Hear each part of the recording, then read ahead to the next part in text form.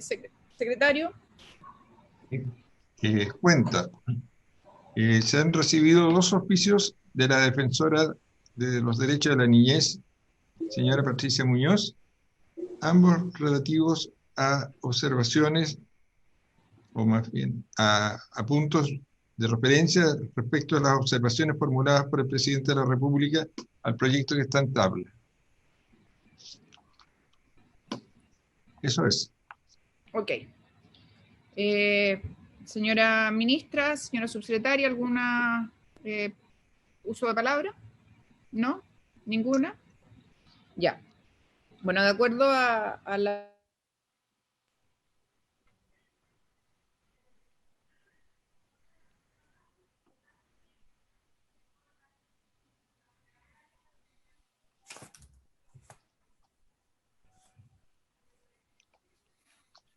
constitucionales, las que declaró constitucional las normas sobre inadmisibilidad parlamentaria de vetos presidenciales, y en el 2014, a propósito del veto recaído en la Ley de Televisión Digital en 2014, ahora Ley 20.750, el Tribunal Constitucional zanjó el tema de posibles alegaciones de inconstitucionalidad entre el ejercicio del Congreso a su atribución de declarar inadmisibles vetos presidenciales, definiéndolo como una cuestión de legalidad y no de constitucionalidad, propio de la tramitación interna de las leyes. Por lo tanto, de acuerdo a esta normativa, a nuestra normativa interna, a las normas de los fallos, y conforme al artículo 32 de la Ley Orgánica Constitucional y el artículo 188 del Reglamento del Senado, corresponde proceder con el siguiente orden. Primero, ratificar las 10 observaciones declaradas inadmisibles por la Cámara de Diputados y, por lo tanto, excluirlas de la definición de esta discusión, ¿ya? Segundo, declarar y votar la inadmisibilidad de observaciones antes del comienzo de la votación de aquellas cosas que hemos estimado inadmisibles, ¿ya? Tercero, recalificar como aditivas observaciones supresivas o sustitutivas que estimamos así y que queremos recalificar. Y cuarto, pasar a la votación de las observaciones. No sé si es necesario, secretario, pero vamos a hacerlo, enumerar las 10 observaciones declaradas inadmisibles por la Cámara. Ayer entiendo que tanto la ministra como la subsecretaria estuvieron contestas en esto, entonces no sé si es necesario enumerarlas. Lo Subsecretaria. hago. Sí. ¿Les digo? Son las Sí. observaciones. Subsecretaria, Sí. doy la Ya, yo palabra. las digo ya. Observación número 5, artículo 2 bis, inciso sexto. Observación número 13, artículo 8, letra C. Observación número 14, artículo 11, inciso segundo. Observación número 17, artículo 35, inciso final. Observación número 20, artículo 39, inciso final. Observación número 21, artículo 41, inciso final. Observación número 22B, artículo 59 del proyecto, artículo 6 de la ley 20.032.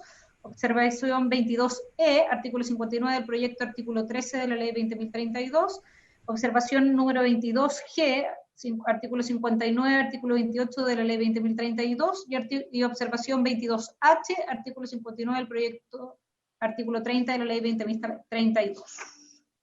¿Estamos de acuerdo entonces respecto de eso? Ya. Después, yo quiero declarar inadmisibles las siguientes normas. Voy a leerlas lentamente para que puedan tomar nota, ¿ya?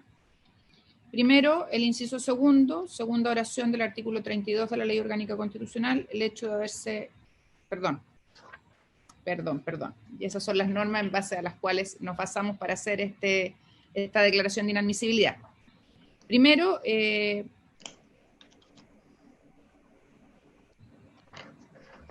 tenemos el numeral 4 del artículo 2, página 4 del comparado. Paso a compartir si quiere, presidente, el comparado. Mejor.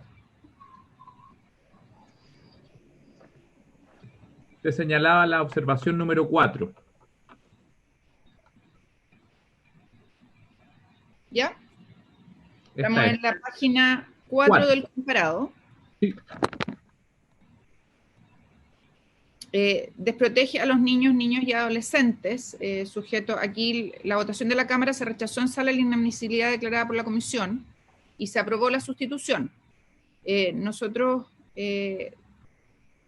creemos que esta norma es inadmisible, desprotege a los niños, niñas y adolescentes sujetos a los programas del servicio, cambiando lo aprobado, que es el deber del Estado de garantizar que se priorice en la oferta disponible una representación jurídica independiente al servicio, lo que es esencial para la protección de los niños, niñas y adolescentes por un simple mandato de promover tal prioridad. Y ello es contrario a la idea matriz de mejorar el sistema en particular, tomar acciones inmediatas para otorgar protección efectiva a aquellos niños y niñas que han sido vulnerados en sus derechos, especialmente aquellos que se encuentran hoy bajo el alero de los programas de la Red de Servicio Nacional de Menores, mensaje presidencial, página 3, asegurar que estén cumpliendo los objetivos del servicio, mensaje presidencial, página 4, y hacerse cargo de la existencia de vulneraciones graves a derechos de los niños, niñas y adolescentes, mensaje presidencial, página 14.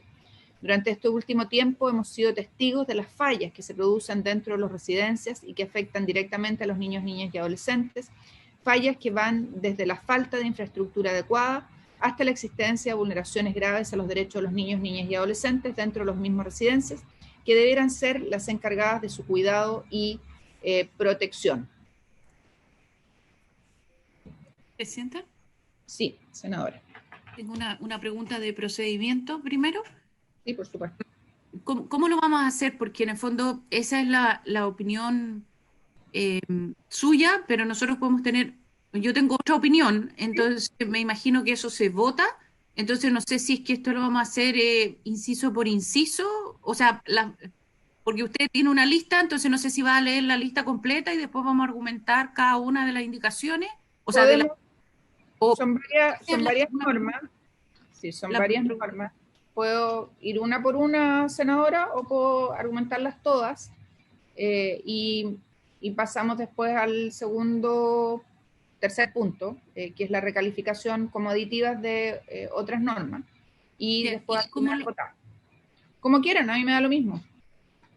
No, o sea, a mí también me da lo mismo, pero en el fondo yo quiero dar el argumento contrario, entonces no sé si argumenta todos ustedes y después argumento todas yo. Bueno, si les parece a los colegas. ¿Colegas? Sí, ya, entonces hacemos los argumentos una y una, ¿le parece? Ya, y la otra consulta es una consulta a la Secretaría, porque en el fondo, si es que ustedes hacen que esto sea inadmisible, ¿cuál es el efecto? Porque entiendo que para insistir se necesitan los 2/3. Entonces, ¿quedaríamos sin ley? Secretaría. ¿Esa parte? O sea, la inadmisibilidad en este caso procede por ser contraria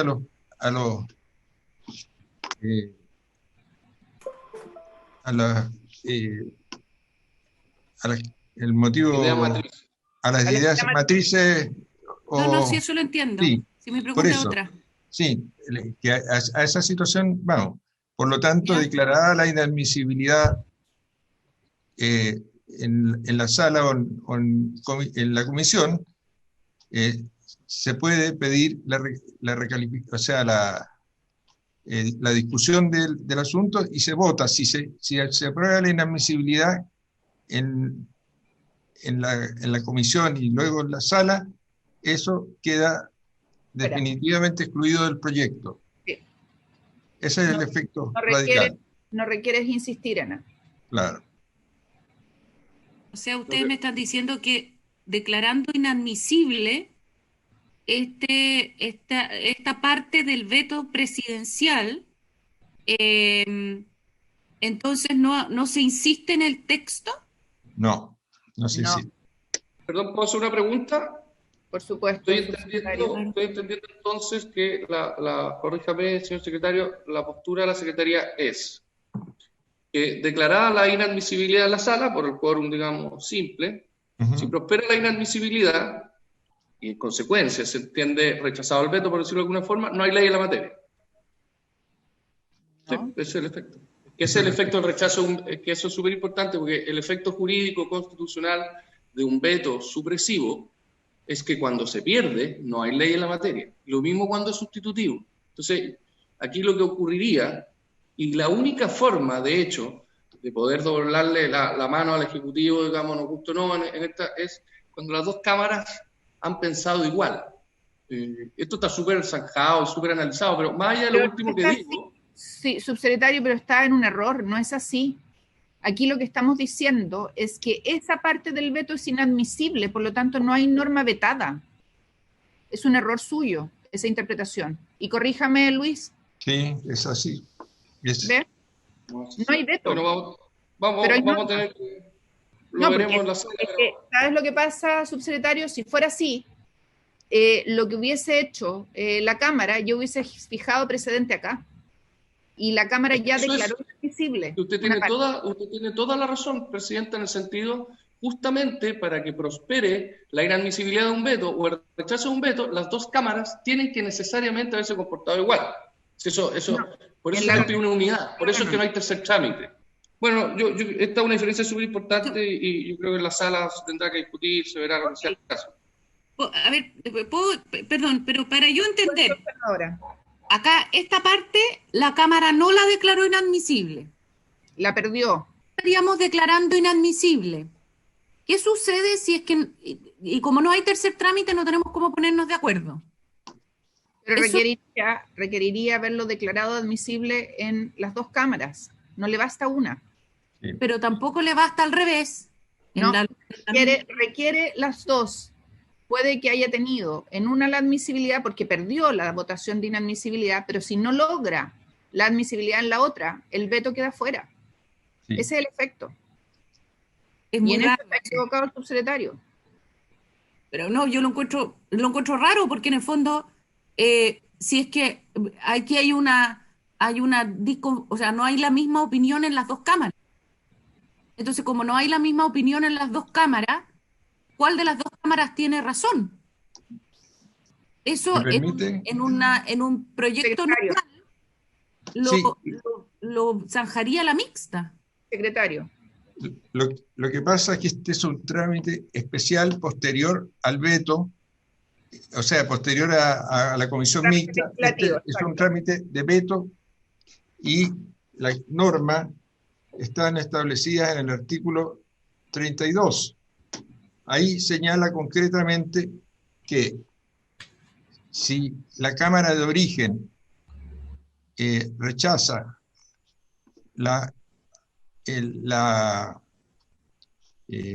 el veto o la observación, más particularmente, en ese caso, esa ya no existe. Secretario, voy a leer expresamente la norma Sí, porque es importante esta discusión. ¿Qué es Sí. lo que dice el artículo? Perdón, Presidenta, yo quiero escuchar la explicación del secretario. Sí, pero es que voy a leer el artículo, senadora, solamente eso, que es lo que está diciendo el secretario. El inciso segundo, en la segunda oración del artículo 32 de la Ley Orgánica, establece el hecho de haberse estimado admisibles las observaciones en la Cámara de Origen no obsta a la facultad de que la Cámara Revisora pueda declarar su inadmisibilidad. No es mi pregunta. Está bien, mi pregunta es otra. ¿Qué Cámara tiene entonces razón si son dos opiniones distintas? ¿Cómo lo resuelve? Necesitaría unanimidad en ambas. Como no la tiene, queda fuera esa parte del veto. Pero, Es Por o sea, supuesto, pero eso Presidenta. también se puede argumentar al revés. No, es que este es un Se puede trámite. argumentar para un lado y se puede argumentar para el otro. Senador Montes. Presidenta, perdone. Y eso vale ¿Puedo? para una y no para el otro. Senador Montes. No, es que a mí me parece clarísimo, esto es similar a la comisión mixta. En la comisión mixta, si ambas cámaras no concurren con su acuerdo, se viene abajo el informe de la comisión mixta. Y aquí lo que se Acá llama una comisión veto. tiene un criterio, perdón, una sala tiene un criterio y la otra sala tiene un criterio distinto. Y por lo tanto no concurren las dos salas, las dos cámaras, y por lo tanto no se declara admisible. Esa es la situación. Presidenta, es que tal vez estamos, lo que pasa es que en una vez entre todo, porque esto es bien enredado. Una cosa, ¿no es cierto?, son las admisibilidades, ¿no es cierto?, aquellos vetos que llegaron aprobados y que ahora se busca declarar inadmisibles y el efecto de eso pueda venir, ¿no es cierto? Y otra cosa y donde yo supongo estamos todos de acuerdo, porque de verdad no podría ser de otra manera, es que aquellas observaciones que se rechazaron, pero no lograron el quórum de insistencia, no pueden ser revisadas, o de ser revisadas, incluso lográndose su insistencia, el efecto es que no hay ley en la materia. Eso es súper importante, yo creo que... No, pero es que estamos en dos cosas distintas. Sí, por eso hice la separación, presidente. Pero terminemos este tema primero, ¿puede ser? Por eso, pero estamos Sí. en dos cosas distintas. Respecto del tema de la... A mí me gustaría hacerle una pregunta al secretario, ¿puede ser? Porque el Por ministro... supuesto, senadora. Gracias. Pues yo le pediría que me deje terminar cuando yo estoy hablando. Ya, perfecto. Es que cuando el secretario hablaba, me lo interrumpí. No, si yo solo lo interrumpí para leer el artículo, Ok, que era el perfecto. artículo que estaba citando el secretario. Secretario, por favor. Sí. Leo el artículo íntegro 32. Las observaciones o vetos que el presidente de la República formule a un proyecto de ley o de reforma constitucional aprobado por el Congreso Nacional solo serán admitidas cuando tengan relación directa con las ideas, matrices o fundamentales del mismo, Se nos cayó el secretario, se nos congeló. No. a menos que las ideas contenidas en esas observaciones hubieran sido consideradas en el mensaje respectivo. Inciso segundo, corresponde al presidente de la Cámara de Origen la facultad de declarar la inadmisibilidad de tales observaciones cuando no cumplan con lo prescrito en la observación, en el inciso anterior. El hecho de haber estimado admisible las observaciones en la Cámara de Origen no obsta a la facultad del presidente de la Cámara Revisora para declarar su inadmisibilidad. Inciso tercero. En los dos casos previstos en el inciso anterior, la sala de la Cámara que corresponda podrá reconsiderar la declaración de inadmisibilidad efectuada por su presidente, es decir, solamente el Senado puede, la Cámara Revisora puede objetar solamente la declaración de admisibilidad de su presidente. Exacto, pero no lo puede hacer esta comisión entonces porque dice que la facultad... No, puede el ¿Puede terminar el secretario, por favor, sin que lo Sí. interrumpamos? Gracias, subsecretario. Finalmente, la declaración de inadmisibilidad podrá hacerse en todo tiempo anterior al comienzo de la votación de la correspondiente observación. El punto concreto es el siguiente. Aquí no es propiamente una indicación que se está presentando. Aquí es una observación, y esa observación puede ser declarada inadmisible y por una sola causa fundamental, que es el hecho de ser contraria a las ideas, matrices o fundamentales del proyecto. Y por lo tanto, no se necesita el doble acuerdo de ambas cámaras. El hecho de que una rama del Congreso Nacional defina o acuerde, más propiamente, que esa observación del presidente de la República es inadmisible, sella el punto respecto de eso.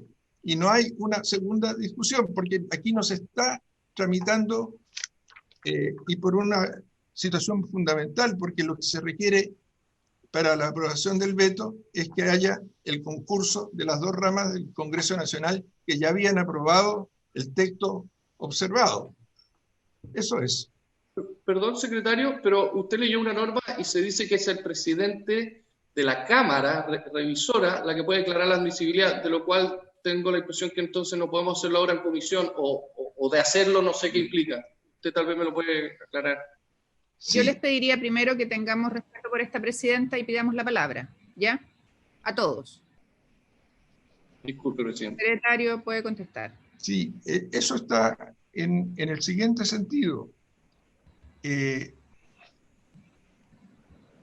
Dice, se resuelve la situación en el inciso tercero. Dice, en los dos casos previstos en el inciso anterior, la sala de la Cámara que corresponda podrá reconsiderar la declaración de iniciativa efectuada por su presidente.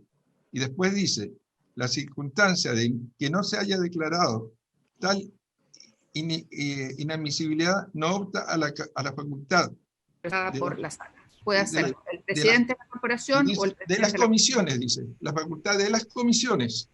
Sí, Y por eso tiene la facultad el presidente para hacerlo en comisión. en la comisión y podrá ser sometido a reconsideración en la sala del Senado. Senadora von Baer. Una consulta práctica. ¿Esto, secretario, por su intermedio, presidenta, se vota o solo se declara por parte de la presidenta? Se declara, pero o sea, se declara, yo creo, en mi estimación, que, o sea, se puede pedir por la comisión que se reconsidere la situación.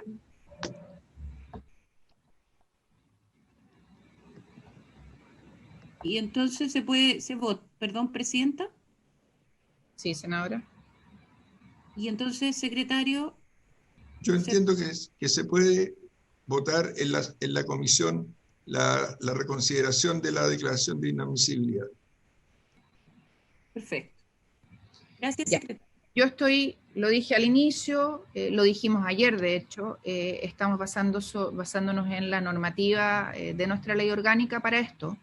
Yo lamento que el subsecretario no lo haya tenido claro, pero yo puedo declarar la inadmisibilidad, se puede argumentar a favor, en contra, se vota y puede reponerse la discusión en la sala. Esto lo dijimos ayer. Claro, Gracias, presidente. con la mención de los artículos. Gracias. No, la verdad que tenía otra opinión que usted nomás, no era que no lo tuviera claro. No, que está expresamente dicho, no un tema de opinión, estimado y querido subsecretario. Lo dice expresamente la normativa. ¿Ya? Pero bien, yo creo que está aclarado el punto. La ministra, ¿algo quería decir? Sí, no, Presidenta, nosotros somos conscientes de que en los artículos que fueron aprobados por la Cámara fueron declarados admisibles. Usted en el Senado tiene la atribución de declarar inadmisible. La duda que hemos planteado es al respecto de lo que ocurre cuando se genera esa discrepancia de admisibilidad versus inadmisibilidad. Y lo que nosotros entendemos es que según artículos del reglamento y de la ley orgánica, efectivamente lo que pasa cuando se genera esa discrepancia en estos casos es que no hay ley en la materia. No es que afecte al veto, no hay ley en la materia. Y ese es el planteamiento que nosotros hacemos basado efectivamente en artículos de la ley orgánica y artículos de reglamento. Y eso es lo que ha planteado el subsecretario, no que no tengan la atribución de declarar inadmisible, sino el efecto que eso se concreta en la sala del Senado. No, dijo dos cosas, querida ministra. Uno, ese efecto, en donde hay un error, porque no estamos hablando de la tramitación de la ley, estamos hablando de aprobar o no aprobar el veto. Y para aprobar el veto requiere la admisibilidad del mismo en ambas cámaras, y hay norma expresa en ese sentido. Y lo segundo es si podíamos o no podíamos hacerlo en la comisión, y la norma también es expresa en el mismo sentido. Queda obviamente la posibilidad de insistir en la sala de no lograr mantener aquí la admisibilidad de la norma. ¿Ya? Acordamos entonces lo que hemos dicho en el sentido de ver todas las que nosotros estimamos que son inadmisibles, las presentamos y luego la senadora von Baer contraargumenta. Senadora von Baer. Presidenta, yo entiendo que el Ejecutivo tiene una interpretación distinta respecto al efecto. Lo tengo clarísimo. De que en el fondo el Ejecutivo considera de que no hay ley, y usted considera de que lo que pasa es que se deja de existir, en esa parte no se tramita el veto. Esa es la diferencia que hay entre el Ejecutivo y la Presidenta. Así es. Eh, Y la Secretaría coincide con la interpretación de esta presidenta, estimada senadora Fonbara, así lo ha dicho el secretario. así, secretario, que yo me confundí entre medio. Así es, efectivamente, Ya, porque gracias, secretario. ¿Estamos? Ya, seguimos entonces repasando todos los temas que a nuestro juicio son inadmisibles y luego le damos la palabra a los colegas para que puedan opinar. ¿Les parece? Ya, el segundo tema que a juicio de esta presidenta es inadmisible en el veto del presidente de la República es el que está consignado en el número 6 del artículo 4, página 10 del comparado. No sé si lo tiene, secretario.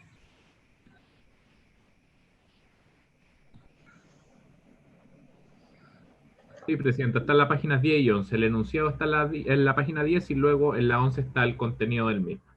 Ya.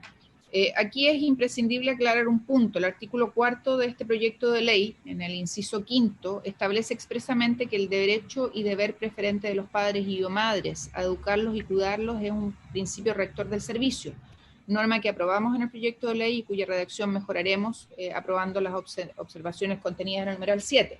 Cosa muy diferente es esta observación número 6, que sujeta la acción del servicio, que debe regirse conforme al interés superior, igualdad, no discriminación arbitraria, inclusión, protección social, participación, etcétera, a ese derecho y deber preferente de los padres y cuidadores, en circunstancias que son muchos los niños vulnerados, precisamente por sus padres, madres o cuidadores que no cumplen con sus deberes, ya sea por negligencia, ya sea por carecer de los medios para educarlos o cuidarlos.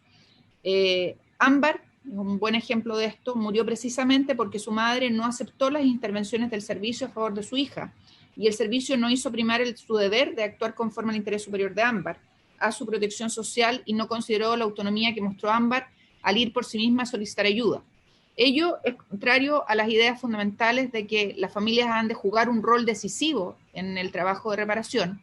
Este proyecto implica un giro en el tratamiento que se le ha dado hasta ahora a la protección de la niñez, ya que entendemos que la familia de los niños y niñas es un factor imprescindible en orden a lograr una reparación efectiva de las consecuencias de las vulneraciones y no solo un rol de educación, que es la idea que establece el mensaje, de hecho, en la página 10. Y, comillas, las familias de los niños y niñas pasan a ser consideradas como sujetos de atención del servicio, cierre de comillas. Y señala, comillas, el trabajo reparatorio del nuevo servicio de protección a la niñez se llevará a cabo con los niños y niñas en conjunto con sus familias, incluyendo las familias de los niños y niñas como sujetos de atención del nuevo servicio. También está establecido en el mensaje en la página 7 del proyecto. Después tenemos un tercer tema, el numeral 10, artículo 6, si lo puedes mostrar, Diego, página 19 del comparado.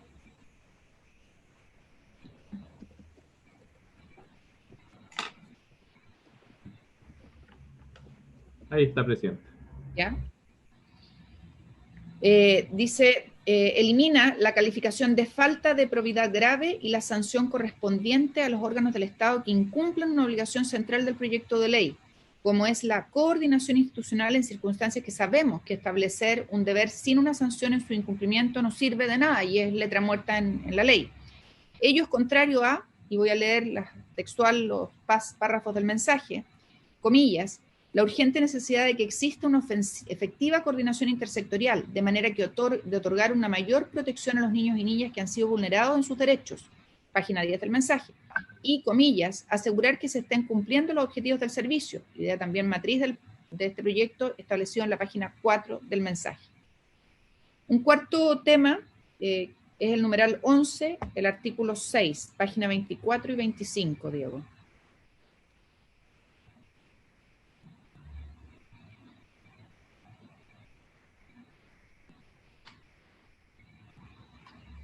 Ahí está, Presidente.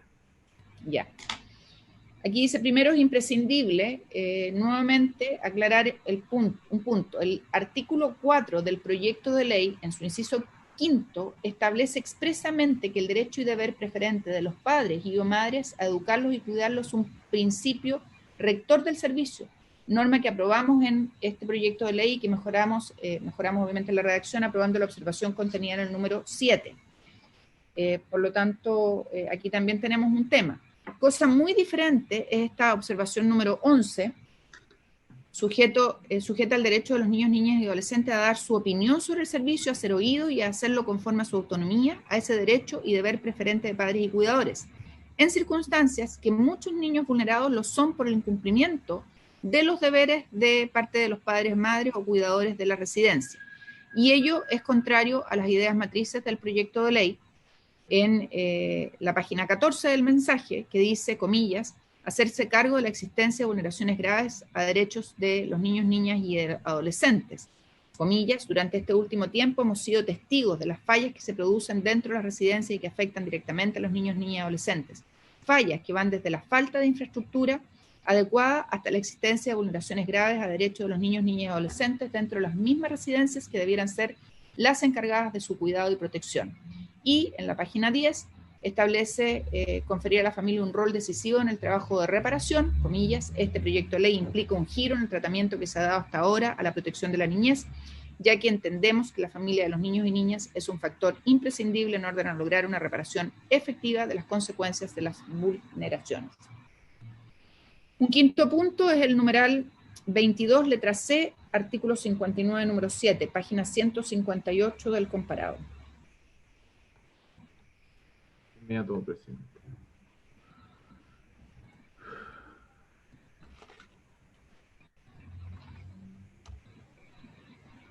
Me dijo 158, presidente. Bien. ¿Ya? Esta es la letra C de la observación 22. Bien. Aquí permite que las instituciones privadas que quieran acreditarse como colaboradores tengan un fundador, director o trabajador investigado por hechos violentos contra la vida o la integridad física o psíquica de los niños, niñas y adolescentes que estaban bajo su cuidado, y coloca como carga del niño, niña y adolescente víctima y a su familia la carga de tener que acceder a la justicia y obtener una medida cautelar en contra del investigado, en vez de que sea el Estado, este Ejecutivo y Congreso, el que vele por el interés superior de los niños, niñas y adolescentes adoptando un enfoque preventivo.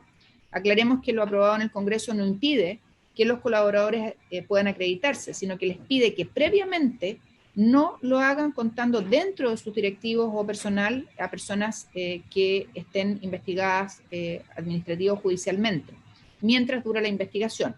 La probidad pública exige a todo el que ejerce una función pública o maneje recursos públicos dar primacía al interés público por sobre los intereses privados. Y ello además se contraviene con lo señalado en el mensaje del proyecto de ley en la página 3, 14 y 15, que dicen: tomar acciones inmediatas para otorgar protección efectiva a aquellos niños y niñas que han sido vulnerados en sus derechos, especialmente aquellos que se encuentran hoy bajo el alero de los programas de la Red de Servicio Nacional de Menores. Cito la siguiente de la página 14, hacerse cargo de la existencia de vulneraciones graves a los derechos de los niños, niñas y adolescentes. Durante este último tiempo hemos sido testigos, no voy a repetirla, ya la hemos leído, y la última, página 15, de la exigencia de contar con personal idóneo. La sexta observación dice relación con el numeral 23, artículo 11 transitorio, que establece la observación elimina el artículo que señala que la ley, y esto está en la página 223, ahí está. Es la última al comparado. La ley que crea este servicio entrará en vigencia una vez promulgada y publicar la Ley de Garantía y Protección Integral de los Derechos de la Niñez y Adolescencia. Sin embargo, si el Estado de Chile, Ejecutivo y Legislativo, no se obliga a promulgar la Ley de Garantías al más breve plazo posible, junto con crear el nuevo servicio de protección de los niños, niñas y adolescentes, que ya se encuentra vulnerado en sus derechos, estará actuando en contra de las ideas matrices que el propio mensaje del Ejecutivo definió como el problema que se quiere resolver. A saber, mensaje en la página 1 señala, es contraria la idea de matriz de resolver la deuda histórica que el Estado de Chile tiene con la niñez, hecho que ha sido constatado por informes, tragedias y denuncias que evidencian gravísimas y profundas vulneraciones a los derechos de los niños, niñas y adolescentes en nuestro país. Y al reconocimiento de que como Estado y como sociedad hemos fallado en proteger de manera adecuada a los niños, niñas de nuestro país, que se expresa en el problema que se quiere resolver, página 2. Es contraria también a la firme voluntad y el compromiso de promover los derechos de todos los niños y niñas, de prevenir posibles vulneraciones y particularmente de proteger a aquellos niños y niñas que han sido vulnerados. página 1 y 2, y a las acciones referidas en el mensaje cuyo propósito es que ningún niño o niña carezca de una base de derechos, recursos y posibilidades para desplegar sus talentos, mensaje página 2. Es contrario al resultado del Acuerdo Nacional por la Infancia promovido por el gobierno, que contempla 3 ejes de acción. El primero, la protección universal y promoción del desarrollo integral de todos los niños y niñas. Segundo, la prevención del riesgo de vulneración de niños y niñas. Y lo tercero, protección y restitución de los derechos de niñas y niñas que han sido vulnerados. Y a la idea matriz contemplada en la página 3, que dice que debemos rescatar el espíritu de este gran Acuerdo Nacional por la Infancia, el cual se concentró en la protección de la dignidad y los derechos de todos los niños y niñas que viven en nuestro país. Y es contraria finalmente a la idea matriz de conformar el sistema integral de protección de la niñez como respuesta al problema que se quiere resolver. Y con ello hacer un gran cambio en materia de infancia, contando con sistemas de prevención, oficinas locales de niñez, y con los que evitaremos en gran medida la vulneración de los derechos de nuestros niños y niñas, mensajes de la página 4 y 6. Esos son los puntos que nosotros creemos que son inadmisibles y le otorgamos la palabra a los colegas. Presidenta. Sí, por favor. Yo quisiera escuchar al Ejecutivo, porque entiendo que esto abarca casi del veto. Me gustaría escuchar al Ejecutivo. Por supuesto. Subsecretaria. Subsecretaria. Sí, gracias. Presidenta, primero yo me gustaría referirme a las observaciones que ha señalado que son inadmisibles. Bueno, como se ha dicho anteriormente, nosotros tenemos una opinión como Ejecutivo distinta a la que se ha señalado por la Comisión. Y en el caso de que sean declaradas inadmisibles, bueno, la Comisión no se pronunciaría sobre el mérito, por haber discrepancia entre las cámaras, y en este caso no existiría ley en la materia. Y eso es lo que dice el artículo 36 de la Ley Orgánica y el 188 del reglamento. Y si es necesario, me gustaría que se pudiera volver a leer, porque en ambos casos esa es nuestra opinión, y también por aquellas observaciones que han sido rechazadas sin alcanzar el quórum para insistir en el texto aprobado por el Congreso. Nosotros creemos que lo que sucede es que no existe ley en la materia, más que no se produzca, no exista veto. Si existe veto, lo que creemos es que lo que sucede es que no existe ley en la materia. Por lo tanto, quería ver si podíamos volver a revisar ese artículo 36 y el 188 del reglamento. Secretaria, que estamos... Ya pasamos esa fase, estamos ahora en la discusión de la admisibilidad, entonces sí, ya hemos pedido opinión a la Secretaría, ya hemos dado los argumentos, no estamos en el trámite de una ley, no estamos en el trámite de la mixta, estamos en el trámite del veto, y se han leído expresamente las normas. Entonces, no la que yo acabo de señalar, que es el artículo 36 de la LOGI y la del 188 del reglamento. Secretario, ¿puede leerlas, por favor, si es que son pertinentes a esta discusión? 36. Pero...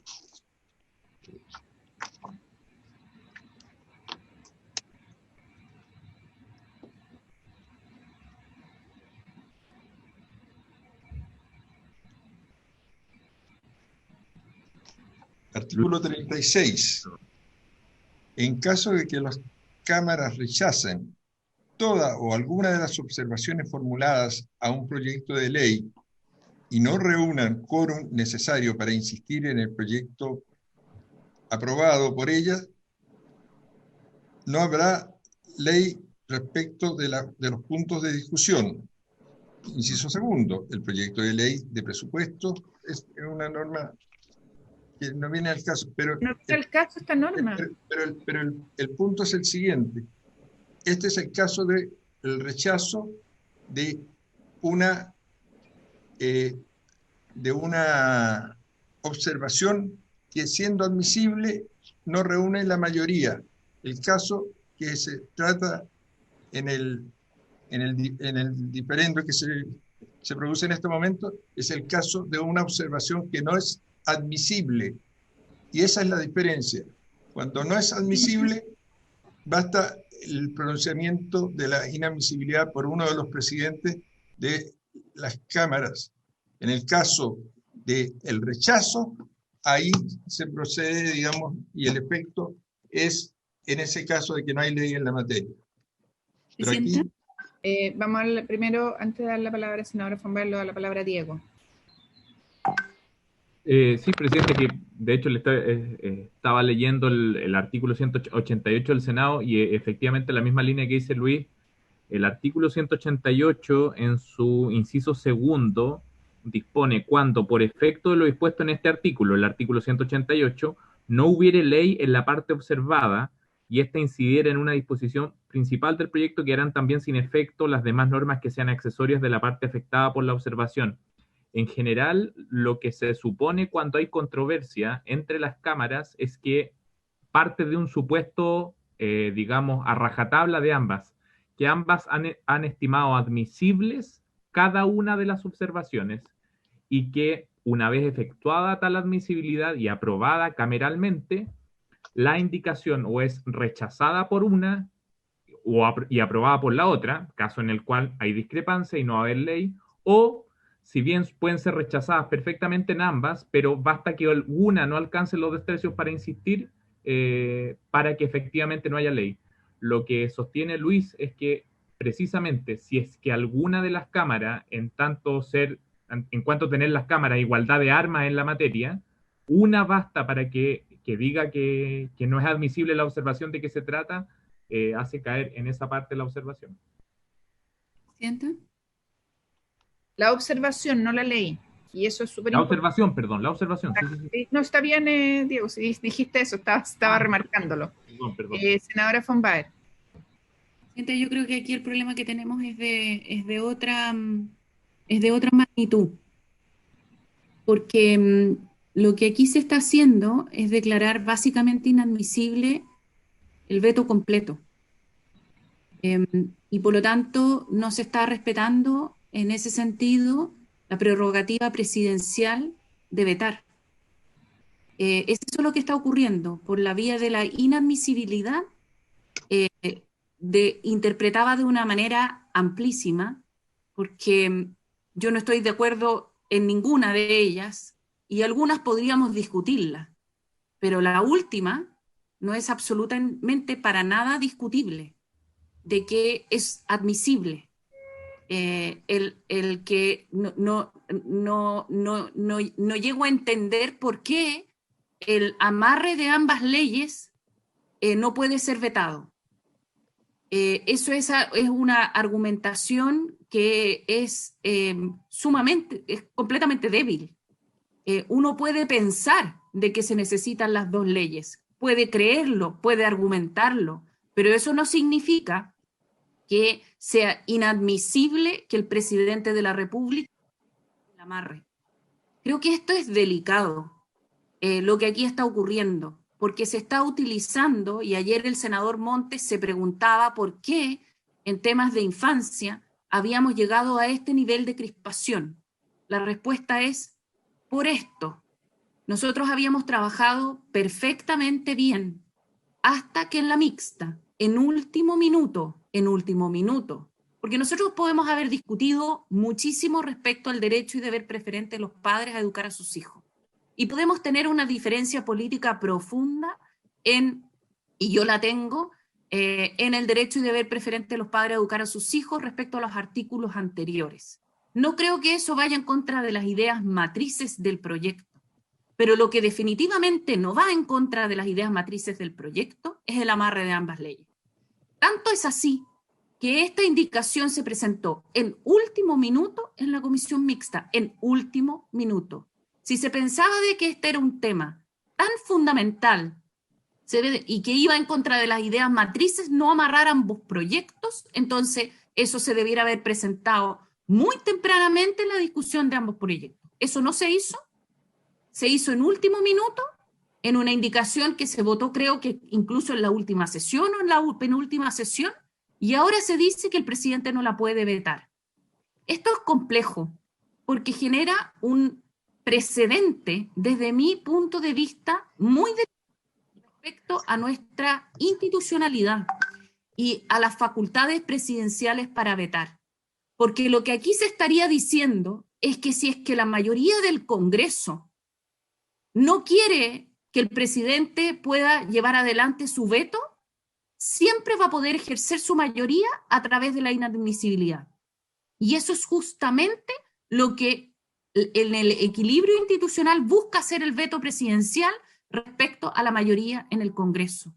Por lo tanto, Presidenta, yo de verdad llamo a una reflexión a mis colegas de la oposición, porque aquí se está mal utilizando la inadmisibilidad para no permitir que el presidente de la República ejerza una prerrogativa que tiene en nuestro ordenamiento constitucional, que significa que tenemos equilibrio entre los poderes del Estado. Acá se está estirando demasiado respecto a la admisibilidad, a la inadmisibilidad de un veto. Por lo tanto, Presidenta, ayer el senador Montes se preguntaba por qué se habían crispado los ánimos. Yo llamo de verdad, muy en serio, a los colegas de la oposición a que repiensen si es que de verdad quieren estirar hasta tal punto el ejercicio de la mayoría en un equilibrio democrático institucional que está establecido en nuestra Constitución. Hago en serio ese llamado. El Máximo Pavés estaba pidiendo la palabra, Presidenta, así que usted tiene a bien darse. Presidenta. Estamos votando en la sala, Presidenta. ¿No será posible ir a votar primero? ¿Estamos en la segunda sesión ya? Sí, Sí, pues. Ya, no, estamos votando todavía el proyecto. No, todavía está el proyecto. No. Ya se votó, terminó la otra sesión. Ya, suspendemos 5 minutos Sí. y vamos a votar y vuelvo. Ya Presidenta, solo sí. para solicitarle por su intermedio si a la vuelta puede intervenir el subsecretario Osa y después Máximo Pavés. Sí, no hay problema, no hay problema. Muchas gracias. Suspendemos unos minutos, ¿ya?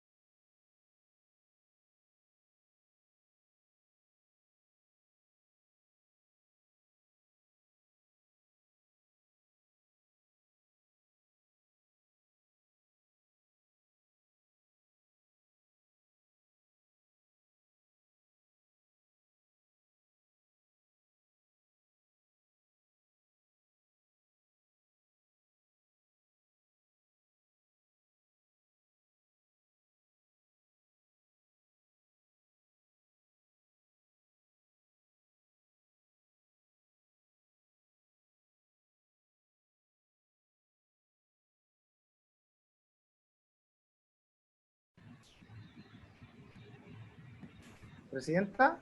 Ahí está, ya. Podemos retomar.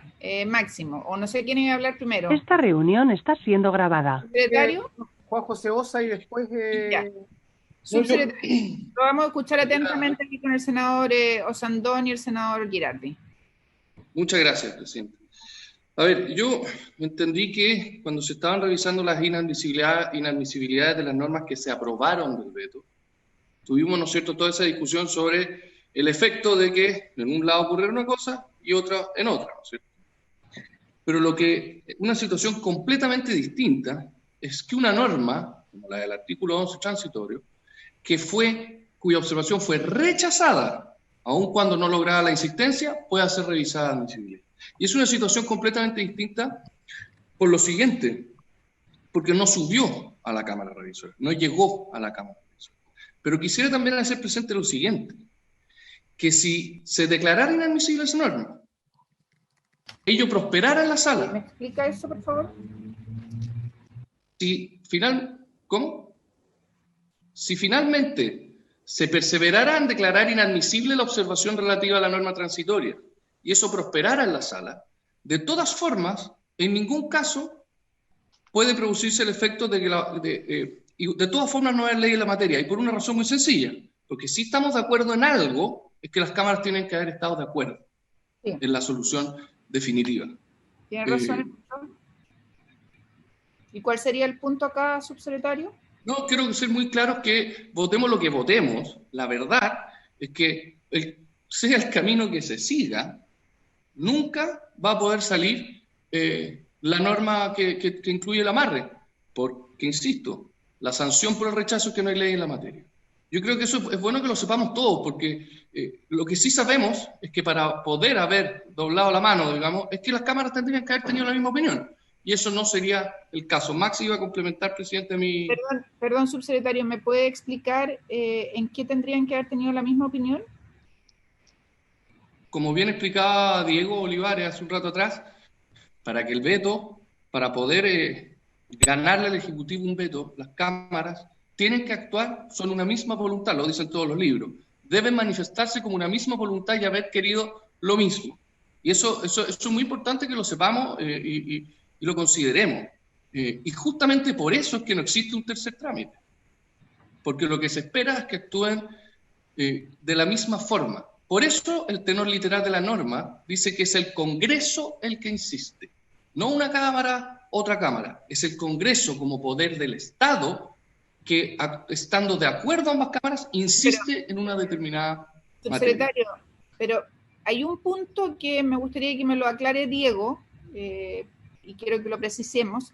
Eso es cierto siempre y cuando hubiese sido declarado admisible por ambas cámaras. Eso lo si es declarado, Diego, si es declarado inadmisible por una, no se puede ni siquiera ver. Diego. Eso es lo que en su momento señaló Luis, presidenta, y que yo solamente detallé. Entonces aquí hay un problema previo a lo que está diciendo usted, subsecretario, y es que requiere haber sido declarado admisible por ambas cámaras, y por eso dice la norma que basta que una lo declare inadmisible para que quede fuera de la discusión. Presidenta, para nosotros esa interpretación es totalmente nueva. Yo veo que no nos vamos a poner de acuerdo, pero... no, está bien, pueden insistir en la sala. ¿Le parece? Para no seguir. Sí, no, en definitiva usted puede poner en votación lo que quiera. Si el punto que vamos a tener es qué efecto va a producir lo que sea que se vaya votando. Está bien, yo me he apegado en todo caso a la norma, a la ley, en este caso, así que vamos a seguir. Max, usted quería decir algo, Max Pavés. Sí, presidenta. Muchas gracias, saludar a los miembros de la comisión. La verdad es que quisiera aportar tres perspectivas, la verdad, a la discusión que estamos teniendo respecto al tema de la admisibilidad.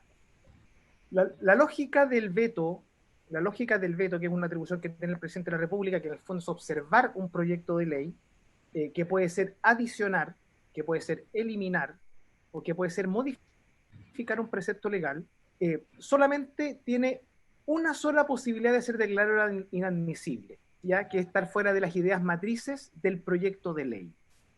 El concepto de ideas matrices es un concepto amplio que se incorporó por la ley 17.284 en 1970 con una finalidad, que es evitar las leyes misceláneas. Es decir, que en un proyecto de niñez, nosotros, por ejemplo, incorporásemos normas de carácter laboral, de salario mínimo, regulatorias en materia de... O por ejemplo, que la ley de presupuesto modificara la ley de la Contraloría General de la República. Claro, lo que pasa es que la ley de presupuesto tiene un componente que en esencia es miscelánea porque busca... Pero todo... no cuando cambia categorías de leyes. Pues está bien. Presidenta, está bien. Y si usted lo hubiese interpretado así, los senadores te daban en todo su derecho de poder recurrir al Tribunal Constitucional por esta materia, pero aún así, el caso que usted menciona no fue un veto, fue el articulado permanente o una indicación, ¿ya? Pero está bien.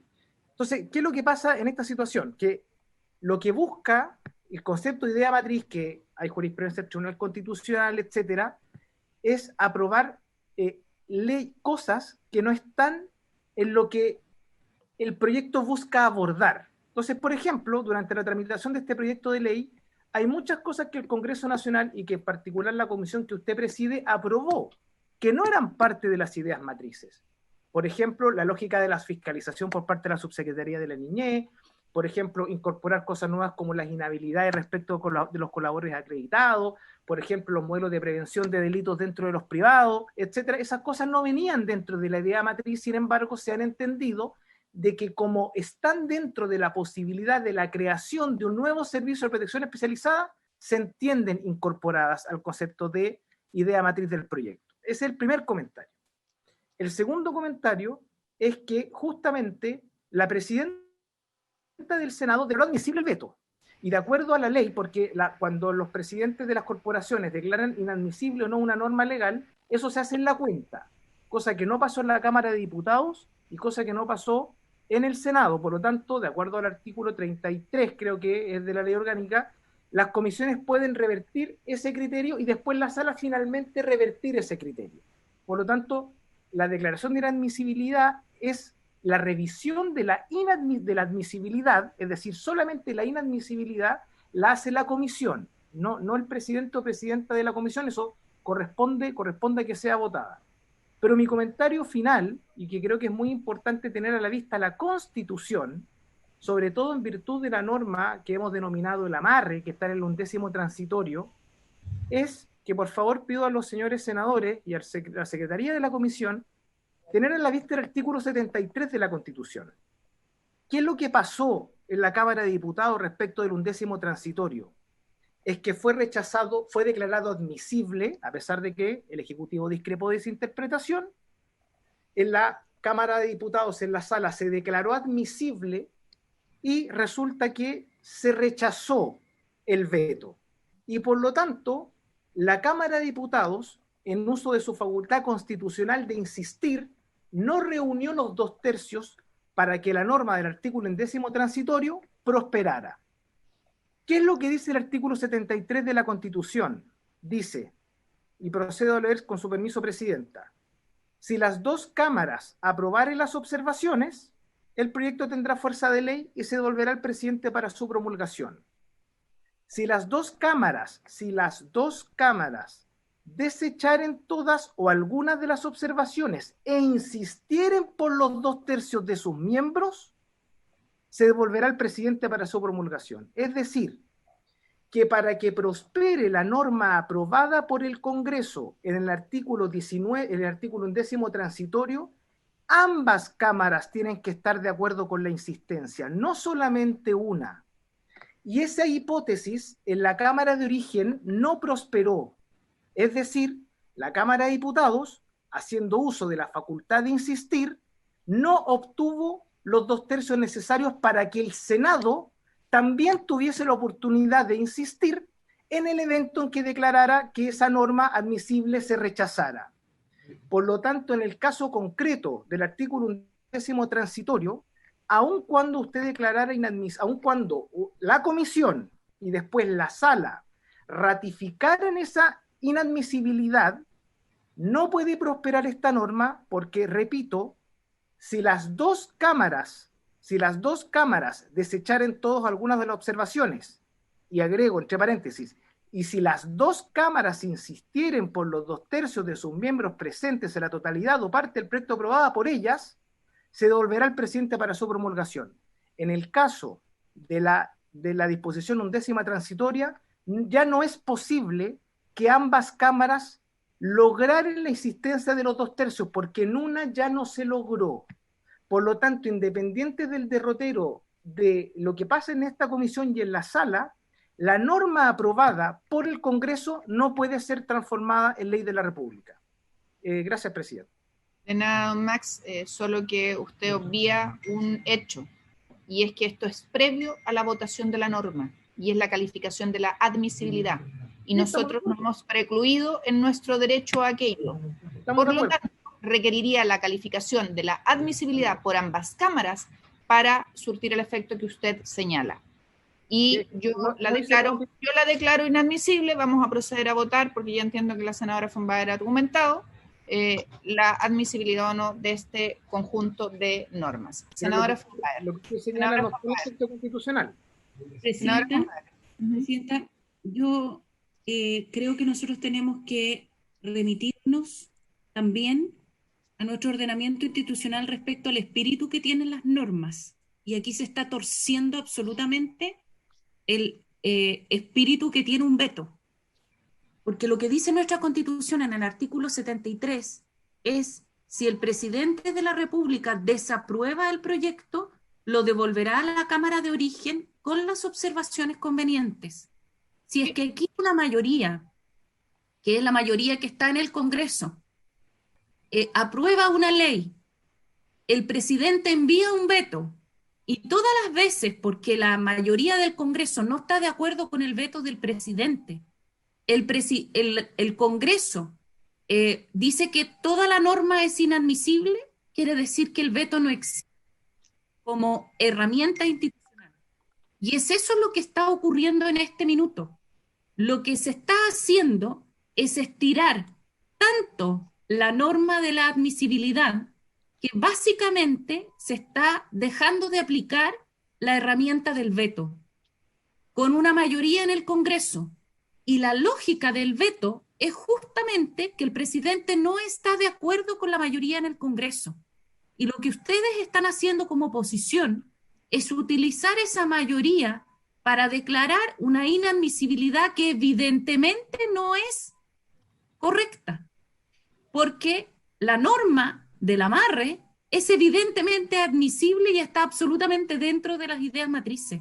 Lo que ustedes están haciendo es estirar la norma de la admisibilidad de tal manera de, en efecto, de producir el efecto de que deja de existir el veto. Y eso es muy delicado. Ustedes están haciendo que una mayoría, a través de la admisibilidad, produzca el efecto de que deja de existir el veto en nuestro ordenamiento institucional. Eso es muy grave, de verdad. Va absolutamente en contra de la Constitución, porque si es que siempre se actúa de la manera en la que ustedes están actuando hoy, ejerciendo su mayoría y estirando la norma de la admisibilidad mucho más allá de lo que se puede, lo que están haciendo es que el presidente nunca va a poder ejercer el veto y por lo tanto nunca va a poder estar en contra de lo que la mayoría en el Congreso dice, tal como lo establece la Constitución. Yo vuelvo a llamarlos a la reflexión, porque creo que acá se está traspasando nuestro orden institucional de una manera que a mí me parece absolutamente grave en una situación que no tiene por qué ser. De verdad. Yo sé que va a operar la mayoría, pero la mayoría siempre tiene que operar dentro del ordenamiento institucional. Aquí la mayoría está operando fuera del ordenamiento institucional y está dejando al presidente sin una herramienta que la Constitución siempre le ha entregado al presidente en un orden presidencial. En un ordenamiento presidencial, el presidente siempre tiene el derecho a vetar y a ejercer, ¿qué cosa? A decir, no estoy de acuerdo con el Congreso. Pero si es que el Congreso, cada vez que el presidente le dice, no estoy de acuerdo con usted, dice, su veto es inadmisible y usa su mayoría para decir que es inadmisible, entonces el veto deja de existir. Y por lo tanto, se está erosionando fuertemente el presidencialismo chileno y nuestro ordenamiento institucional. Yo llamo nuevamente a que se reflexione respecto a este punto, porque creo que se está cometiendo un error político institucional muy, muy grave. Gracias, Presidenta. Yo le pido que votemos, Presidenta. Muchas gracias. Vamos a someter a votación las calificaciones de inadmisibilidad que hemos hecho, que están apegadas estrictamente a nuestra normativa y legal. Y subsecretaria, Sí, lo que yo le pasa doy es que No, yo pido que yo votemos. entiendo que ya se conversó respecto al punto anterior, pero a mí me gustaría argumentar respecto a la admisibilidad de la norma. Ya es que hemos, ya hemos argumentado ya todo se el ha rato, argumentado. subsecretaria, y vamos a votar. Yo le pido Pero votación. no hemos defendido la admisibilidad o inadmisibilidad de la norma con respecto a si corresponde o no corresponde a las ideas matrices del proyecto. Subsecretaria, no se preocupe, yo quiero votar norma por norma y tengo el derecho a argumentar norma por norma la admisibilidad. Sí, nosotros quisiéramos... Yo quiero dejar constancia, ministra, por favor, yo quiero dejar constancia que aquí se ha argumentado todo, en cada uno de los espacios, ¿ya? Y se ha abusado del tiempo, porque se han reiterado y contrarreiterado los argumentos. No, pero sí, vamos votando, el acuerdo que teníamos es que yo daba la admisibilidad y la senadora von Baer reclamaba la inadmisibilidad. Yo entendía que ya lo habíamos hecho, no es así.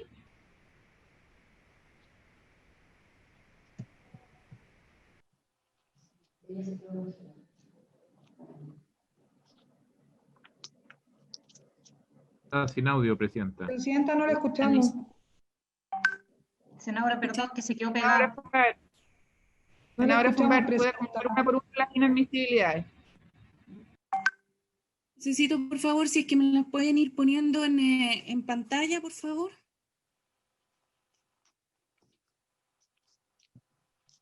Presidenta, ¿el Ejecutivo va a poder defender la admisibilidad también, una por una? Tienen derecho de hacerlo, Presidenta, por su intermedio. Sí, por su intermedio, Presidenta, solicitamos como Ejecutivo poder defender una a una, junto con la senadora von Baer, la admisibilidad. ¿Quién va a hablar primero, el Ejecutivo o la senadora? El Ejecutivo, Presidenta. Gracias. Ok, Ejecutivo. Ministra.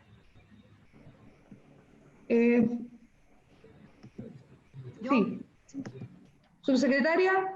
Sí, bueno, yo quería señalar que respecto a las ideas matrices, al crear el servicio de protección a la niñez, el objeto es la protección especializada, la restitución de derechos. Perdón, secretaria, vamos a ir una a una. Uno por uno. Sí, Okay. por favor, porque para que después no me digan que no era argumentado, entonces vámonos una por una. Bueno, ¿ya? No hay un problema. Vamos a ver el de... La primera, Carol. Sí. Es que no la veo. ¿Cuál? Número 4. Ah, perdón, ya, la observación. Número 4. Ya. La observación número 4 sustitutiva al artículo 2 que prioriza en la oferta disponible y no garantiza el acceso a la justicia. En el fondo hay un cambio aquí se garantizará el derecho a la justicia por la... Esto es de acuerdo a las ideas matrices, porque ¿cómo podría ir en contra de las ideas matrices una norma que lo que establece es que la atención será de acuerdo a que se garantizará el acceso a la justicia que de forma independiente del servicio se otorga a los niños y adolescentes sujetos de atención conformidad a lo establecido en el artículo 16 y promoverá que se priorice a los niños, niñas y adolescentes. O sea, es lo que hace específicamente es entregar el derecho de esta priorización en la oferta disponible de la justicia. Por lo tanto, no entiendo cómo podría ser inadmisible si lo que concede efectivamente es un servicio que se entrega a los niños sujetos a atención en la oferta de representación jurídica. Por lo tanto, inadmisible por ir en contra de las ideas matrices del proyecto, no creo que pueda ser así, ¿no? Como Ejecutivo nos parece que efectivamente esto va de acuerdo a las ideas matrices del proyecto. Presidenta. Senadora. Gracias.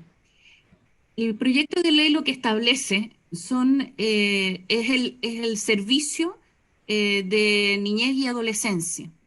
Y por lo tanto, dentro de ese servicio se establecen distintos mecanismos para ir en ayuda de los niños. La controversia acá es respecto a si es que se garantiza o si es que se promueve.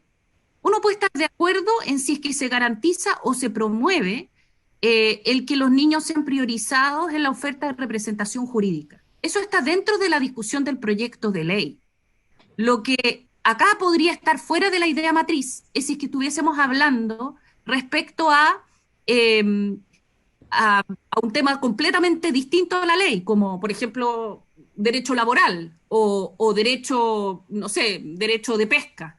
Aquí se está hablando respecto a la priorización o garantización del acceso a la justicia independientemente del servicio de los niños.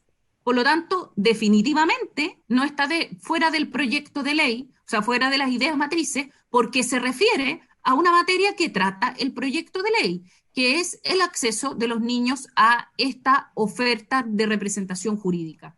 Acá pueden hacerse dos cosas: o se prioriza a los niños, que es un costo, o se garantiza a los niños, que es otro costo. Por lo tanto, no está fuera de las ideas matrices, sino que se refiere a un escalonamiento de costos. Si es que se le garantiza a los niños o si es que se le prioriza a los niños. Esa es la diferencia. Es como que uno dijera, mire, ¿se garantiza el derecho a la salud o se prioriza el derecho a la salud? Pero ambas cosas definitivamente estarían dentro de un proyecto de ley que se refiere a salud, pero estarían fuera de la idea matriz de un proyecto de ley que se refiere a derechos de trabajo. Ambos artículos, tanto el que dice garantizar como el que dice priorizar, se refiere al mismo derecho de los niños. Por lo tanto, es evidente que no está fuera de las ideas matrices. Voto en contra, porque entiendo que vamos a votar. O argumentamos todo y después votamos, no sé. El acuerdo, senadora, era que usted contraargumentaba todo, tal como me pidió que lo hiciera yo, y luego votábamos todo en una sola votación. Ah, perfecto, ok. Respecto al siguiente, ¿sigo yo? Sí. Tienen que votar primero. Respecto al siguiente, la observación número 6 sustitutiva, que agrega el derecho y deber preferente de los padres a educar a sus hijos y define la autonomía progresiva. La verdad es que no puede estar fuera de las ideas matrices y es algo que está en el mensaje.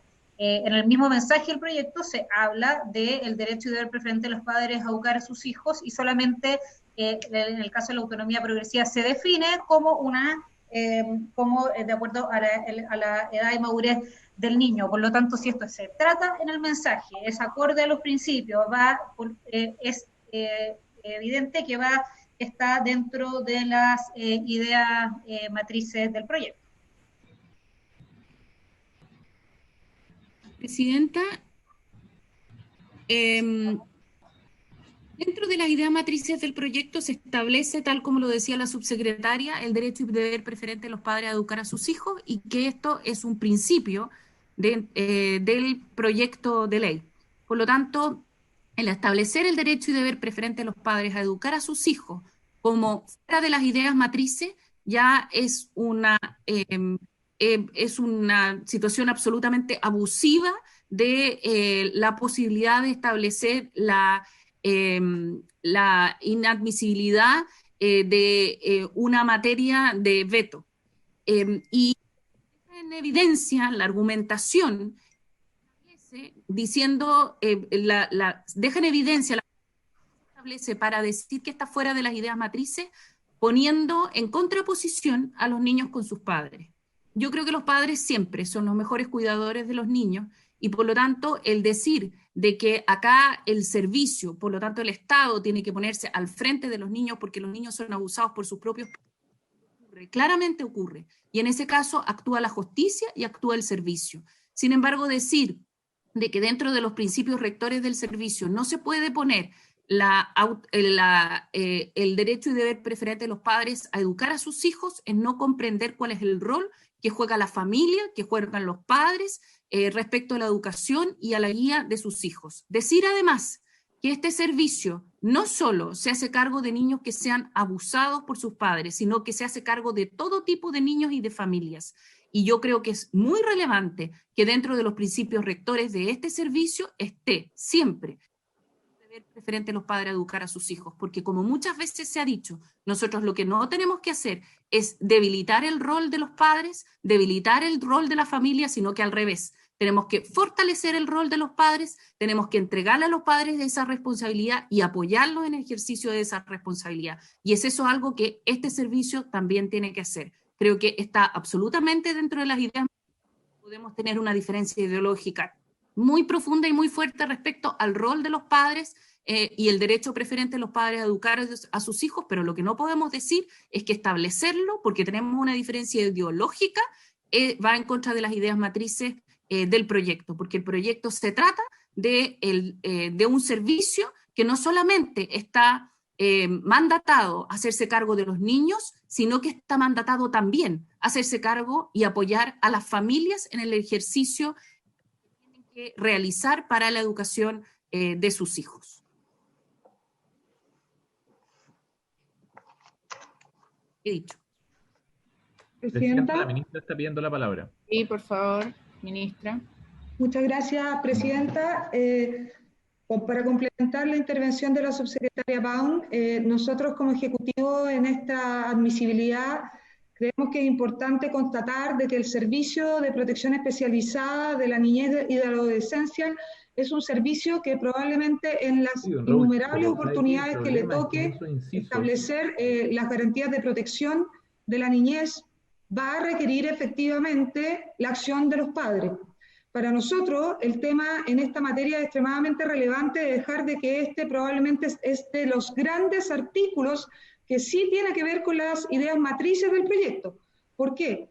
Porque efectivamente una de las deficiencias que ha tenido el Sename propiamente tal y todo el proceso que hemos tenido de protección durante los últimos años ha tenido que ver con que hemos creído erróneamente, y así la experiencia lo ha demostrado, de que el alejar a los niños de sus padres como una medida no de última ratio, sino como una medida de intervención temprana, era la solución para poder generar la protección que los niños y niñas y adolescentes necesitaban cuando tenían desde la alerta temprana en adelante alguna posibilidad de vulneración de sus derechos.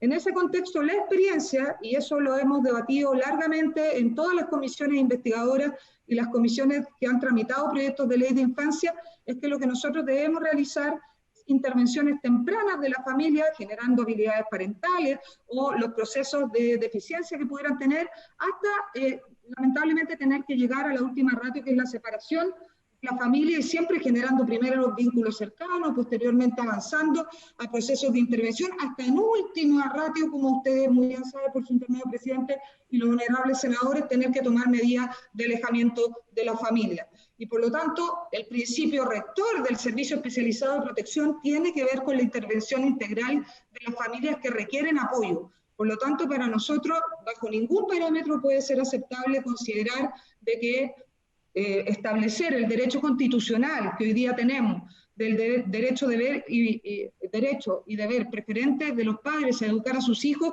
puede estar alejado de las materias, por mucho que algunos de los niños efectivamente sean vulnerados por sus propios padres. Es de la esencia del servicio trabajar integralmente con la familia y tratar de subsanar esas debilidades, porque es sin duda alguna la familia, la primera instancia que nosotros debemos potenciar y donde se debe ver derecho preferente de los padres es el que construye innumerables oportunidades de la autonomía progresiva.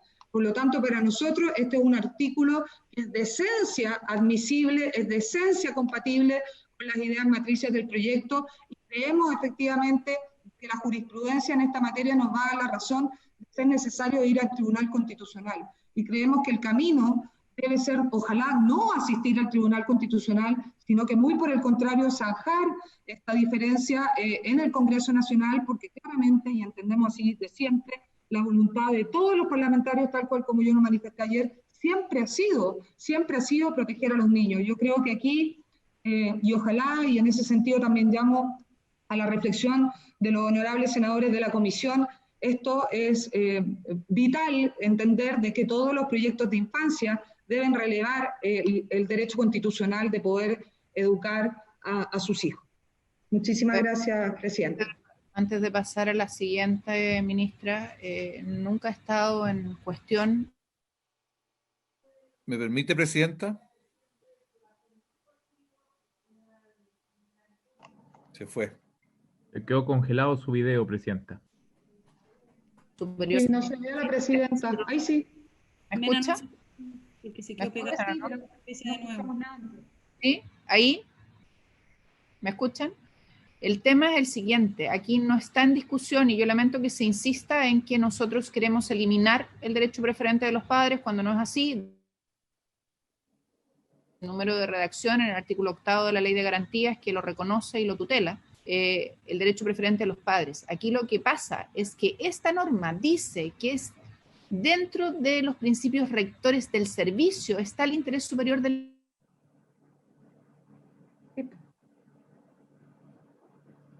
No, se cortó, Presidenta, de nuevo.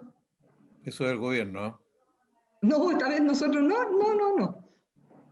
Jimena, se cortó. El sistema del Senado. Cuando el presidente veta el proyecto con esta norma... Jimena, se cortó. Presidenta, ¿me permite la palabra, por favor? Por favor, senador. No, mira, yo quiero... Nosotros quedamos que esta sesión iba a ser hasta las 6. Yo le pedí especialmente eso, Presidenta, y así quedamos. Pero yo antes de que se vaya acabando la sesión, quiero sobre estos dos los argumentos que se han dado en estos dos aspectos que ya se han visto, quiero ser muy claro y especialmente le quiero decir a la ministra y también le quiero decir al senador Girardi que esto lo discutimos 80.000 veces, ellos están recién incorporados acá. Aquí la discusión entre garantizar el acceso a la justicia o promover que se priorice a los niños, la verdad que nos parece una discusión propia del pasado. Si queremos tener un Estado potente que resuelva, que no se corra con los problemas, que asuma los problemas, tiene que tener mandatos claros, al menos por los niños. Cuando tiene que ver con impuestos internos, en ninguna parte que ese impuesto interno priorizará. No, impuesto interno tiene que hacer ciertas cosas. Entonces, lo que decimos en varias otras de las observaciones, o sea, claramente nosotros estamos por esto. Y le pedimos al Ejecutivo que si era necesario que asumiera otro espíritu respecto a los niños. O sea, los niños no podemos estar diciendo que priorice, que promoverá que se priorice. Aquí hay que priorizar y hay que atender a los niños. Ese es el tema real, señora ministra. Y respecto al segundo punto, el rol de los padres y de la familia no está en discusión entre nosotros. Más todavía, nosotros quisiéramos que las familias funcionaran tanto que no fuera necesario que hubiera un servicio para esto. Todo lo contrario de lo que se está diciendo. Entonces, este proyecto en este punto, si va al Tribunal Constitucional, el Tribunal lo va a tener que ver en su conjunto, y en su conjunto eso está claramente establecido, no en una frase determinada, no en un punto determinado. Entonces, nosotros lo que queremos es que no se construyan disputas, conflictos que no son reales, artificiales. Y aquí hay, en distintos momentos, en muchas frases, en gran parte de la frase incluso le concedimos a algunos parlamentarios incorporar aquí, acá, para evitar que se generaran falsos debates, pero nosotros estamos todos de acuerdo en que la familia es fundamental, los padres son fundamentales, pero un servicio que tiene que asegurarle ciertas cosas a los niños, tiene que asegurarle que lo respeten también a ellos. En fin, entonces yo creo que hay que tener un poquito más... Por eso esta discusión, nosotros tememos que la ley de garantía se bloquee. Y eso nos ha llevado a esta discusión porque por 30 años está postergada, porque durante nuestro gobierno no se avanzó y durante este gobierno no se quiso poner la ley de garantía. Nosotros forzamos que esto entrara y lo forzamos porque la presidenta de esta comisión se la jugó para que eso fuera así. Y por eso hemos llegado a este punto. Y ojalá que encontraran una solución más pensando en los niños que solamente en disputas que tienen otro sentido. Gracias, presidenta. Gracias, senador. Sigamos con el tercero. Ejecutivo. Sí, es la observación 10. ¿La 10? Ya, sí. Perfecto. Ya, en este punto, esta norma, en nuestra consideración, dificulta la operación del servicio, ya que eleva el nivel de exigencia, desincentivando a los organismos a comprometerse a acciones ambiciosas con el servicio, y esto podría perjudicar el interés superior de los niños, niñas y adolescentes, ya que la protección integral y efectiva requiere de un compromiso activo del intersector, y no lograrlo afecta a la atención completa y atingente a las necesidades de los niños. En consideración a esto, lo importante que es esto, no es que se elimine la necesidad en el fondo de cumplir los acuerdos, sino que se establece que cuando hay transferencia de recursos específicamente para esto, van a ser sancionados los órganos administrativos que incumplan sus acuerdos a nivel nacional o regional. ¿Sienta? Ahora. Bueno, yo primero decir de que, por su intermedio respecto a lo que decía el senador Montes, es verdad. En enero nosotros llegamos a un buen acuerdo. Y a mí me hubiese encantado que ese espíritu hubiese permanecido.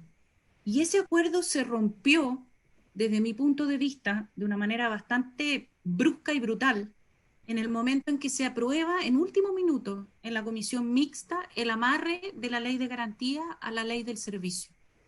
Porque el acuerdo que todos nosotros teníamos era sacar adelante la ley de garantías con el acuerdo que teníamos en enero, que establecía efectivamente el derecho y deber preferente de los padres de educar a sus hijos en base a lo que a nosotros nos parecía relevante que estuviera. Sin embargo, hoy día se está borrando. Entonces el senador Montes, por su intermedio, se pregunta por qué se crispa el ambiente. Bueno, porque todo lo que habíamos acordado, ahora la mayoría está imponiendo su mayoría, tiene todo el derecho, pero eso evidentemente crispa los ambientes. Segundo, el utilizar el mecanismo de la inadmisibilidad, veto, que es absolutamente admisible, también estira tanto la institucionalidad que crispa el ambiente. Y eso es malo para la institucionalidad y para la democracia chilena.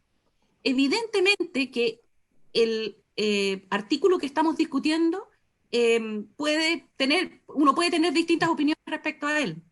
Si es que el incumplimiento del deber de coordinación tiene que llevar o tiene que tener la consecuencia que la oposición quiere, o si es que el incumplimiento del deber de coordinación tiene que tener la consecuencia que el Ejecutivo quiere. Es discutible qué es mejor. Y se pueden tener dos opiniones distintas respecto a este punto. Lo que no se puede decir es que establecer una consecuencia o la otra es inadmisible, porque ustedes saben que no es así, porque esta es una materia tratada en la ley. Y como está tratada en la ley, como se refiere a la coordinación de los servicios respecto a los niños, la coordinación del servicio de los niños, niñas y adolescentes con otros servicios, es evidente que está dentro de las ideas matrices. Por lo tanto, uno puede tener una opinión u otra, puede considerar que una cosa es mejor y la otra cosa es peor. Lo que no puede decir de buena fe es que es inadmisible. Porque evidentemente no es inadmisible la consecuencia que se tenga respecto a la coordinación de los distintos organismos estatales con el servicio de los niños, niñas y adolescentes. Porque eso es evidentemente parte de las ideas matrices de este proyecto. Por lo tanto, esto es absoluta y completamente admisible si es que uno actúa de buena fe. Pasemos al siguiente. Presidenta, perdóneme, pero yo también quiero dar una opinión sobre este punto. Nuestro senador. No, porque la discusión aquí, ministra, y también senador Girardi, es que nosotros entendemos que el Estado para atender a los niños es malo, está mal organizado. Entonces, ¿qué es lo que ocurre? Hay un servicio que hoy día se llamaba Senami, iba al Ministerio de Educación en el actual orden y le decía, mire, necesito atender a estos niños, incorporar a estos niños. Y el Ministerio de Educación no le interesaba. Y los colegios normalmente no les interesaba y no los tomaban en cuenta. Estoy hablando de la educación, que es lo básico, también ocurría en salud y en otras cosas. Entonces nosotros decíamos, llamar a que se coordine y a que tengan convenios no está funcionando. Le pedimos una y otra vez al gobierno una solución que sabemos que no existe. Sabemos que no existe una buena solución institucional para que se subordinara, cada servicio tuviera obligación de responderle a los niños, no a otra institución como tal, sino a los niños. Desgraciadamente no encontramos una mejor solución que la que tenemos porque no era admisible y esperábamos que el Ejecutivo la pusiera. Hasta hoy día no la ha habido y esto rebalsa sin duda este ministerio y todo, tiene que ver con derecho administrativo y otras cosas, pero que el Estado no responde a los niños, no le responde. Y esta es la solución que encontramos en el marco de las posibilidades. Gracias, colega Montes. Vamos a la siguiente, el numeral 11. Y respecto al numeral 11, bueno, este es respecto a generar procedimientos destinados a recabar la opinión de los niños, niñas y adolescentes, y también, en nuestra opinión, contienen elementos que debilitan el derecho preferente y el deber de los padres a educar a sus hijos, y perjudica el interés superior de los niños, niñas y adolescentes, ya que el enfoque familiar es necesario para un desarrollo óptimo y protección integral de los niños, niñas y adolescentes. En nuestra opinión, dejar a los padres fuera de la intervención es negativo para la protección de los niños, ya que el Estado jamás puede suplir a la familia, tal como lo ha señalado en innumerables oportunidades el senador Montes también. Este es el sentido de fondo, pero también queremos señalar que es admisible, esto es admisible. Bueno, acá parece que no está cuestionada la admisibilidad. Ah, no, sí, usted señaló el tema de la admisibilidad. La Cámara, esto fue rechazado en la Cámara. Y de acuerdo a nuestra opinión, esto no debiese verse en el fondo porque no habría normativa en la materia. Sin perjuicio de eso, igual creemos, igual que en el punto anterior, que esto sí es de las ideas matrices del proyecto, por tanto, en nuestra opinión, está incluso establecido en el mensaje el derecho de deber preferente, la participación, el interés superior del niño y el desarrollo óptimo e integral de los niños con su familia. Por lo tanto, si bien podemos estar en desacuerdo en el fondo de si es que corresponde a nuestra norma, creemos que es total y absolutamente admisible.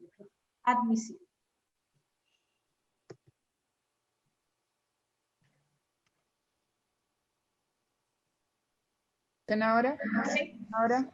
Vicepresidenta, esta es la misma discusión que nosotros hemos tenido en el proyecto de garantía respecto a la autonomía progresiva y el derecho que tienen los padres a generar un equilibrio y una guía respecto a los niños en ese proceso de desarrollo que tienen los niños a medida que van madurando.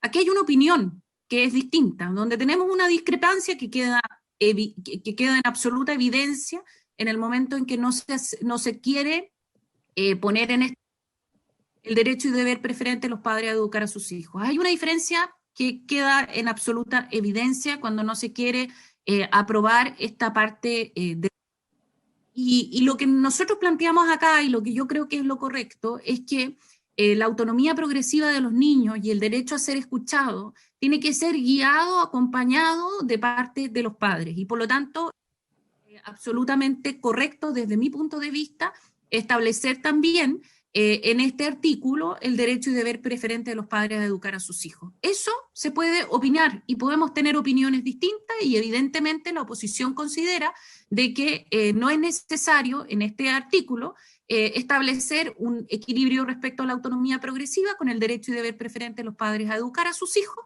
pero lo que está claro es que esto es admisible, porque es parte de toda la discusión que se ha tenido en este proyecto de ley, que es hasta dónde llega el derecho, o sea, hasta cómo se desarrolla la autonomía progresiva, el derecho y deber preferente de los padres de educar a sus hijos. Esta ha sido una tensión permanente, lo fue en este proyecto de ley, lo discutimos profundamente, lo estamos discutiendo también profundamente en el proyecto de ley de garantías, y tanto es así que se podría revisar todas las veces que discutimos este tema en este proyecto de ley, y por lo tanto es absolutamente evidente y claro de que está dentro de las ideas matrices, porque de otra manera no lo hubiésemos discutido fuertemente en este proyecto de ley. Puede ser que yo esté equivocada, pero creo que incluso lo podemos haber discutido respecto a este artículo, y en ese minuto nunca se dijo de que el poner a renglón seguido de la autonomía progresiva, el derecho y deber preferente de los padres a educar a sus hijos, fuese inadmisible dentro de las ideas matrices de este proyecto de ley. Al revés, siempre lo discutimos profundamente, tenemos una diferencia, pero nunca se estableció que era inadmisible. ¿Por qué? Porque es evidentemente admisible y es parte de la discusión democrática de este proyecto de ley. Gracias, Presidenta. ¿Presidenta? Sí, ministra. Muchas gracias, Presidenta. Ministra, yo pediría que mantengamos el orden, porque si no esto va a ser eterno. ejecutivo primero, parlamentarios después, ¿ya? Perfecto, Presidenta, así lo haremos. Solamente para complementar a la intervención de la subsecretaria, nosotros en esta norma, como usted puede haber visto en la Cámara de Diputados, no teníamos intenciones de eliminar la autonomía progresiva. Como se rechazó la insistencia, terminó cayéndose la norma completa. No obstante que lo que nosotros buscábamos en esta norma del veto era poner la autonomía progresiva conforme a su edad, madurez y grado de desarrollo, que para nosotros, como yo le planteé anteriormente, está completamente ligada al derecho de ver preferente de los padres. Somos unos convencidos que son los padres quienes construyen muchas veces esa autonomía progresiva y por lo tanto están completamente ligados y muy relacionados. Y lo que nosotros buscábamos con esta norma era solamente establecer las dos como un eje preponderante del servicio y por supuesto de la ley de garantía.